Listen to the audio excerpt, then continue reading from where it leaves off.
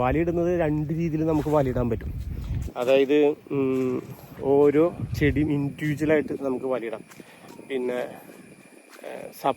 നമ്മുടെ ഈ ഫാമിൽ മൊത്തത്തിൽ എല്ലാ ചെടിക്കും കൂടിയും വലയിടാം. പന്തൽ കെട്ടി വലിച്ചിടുന്നു. അതേപോലെ അത് 2 രീതിയിൽ നമ്മൾ ഇവിടെ ഇട്ടിട്ടുണ്ട്. എനിക്ക് തോന്നുന്നു ഇൻഡിവിജ്വലായിട്ട് വലയിടുന്നതാണ് നല്ലത്. അപ്പോൾ ഈ എണ്ണാനൊന്നും വരില്ല. അല്ലെങ്കിൽ കിളികൾ മാത്രമാണ് അകന്ന് നിൽക്കുള്ളൂ. എണ്ണാനും കാര്യങ്ങളൊക്കെ വന്നു കണ്ടിട്ട് പഴം യഥേഷ്ടം കഴിച്ചു പോകും.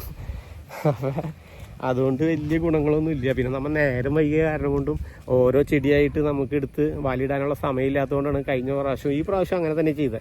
ശരിക്കും എനിക്ക് തോന്നുന്നു നമ്മുടെ ചാനലിൽ ഒരു ആദ്യത്തെ 3 വീഡിയോ എടുത്തു കഴിഞ്ഞാൽ അതിലൊരെണ്ണം തോന്നുന്നു ഈ വലയിടണ വീഡിയോ. അത് ഓരോ ചെടിയും സെപ്പറേറ്റ് ആണ് വലയിടണത്. ഓരോ ചെടി ഇങ്ങനെ പൊതിഞ്ഞ് കെട്ടിയ പോലെ എടുത്തും കണ്ടിട്ട് താഴെ ആ വലയുടെ ഏറ്റവും കൂടുതൽ കിട്ടും. പിന്നെ അതിലേക്ക് ഒരു തരത്തിലുള്ള കിളികളോ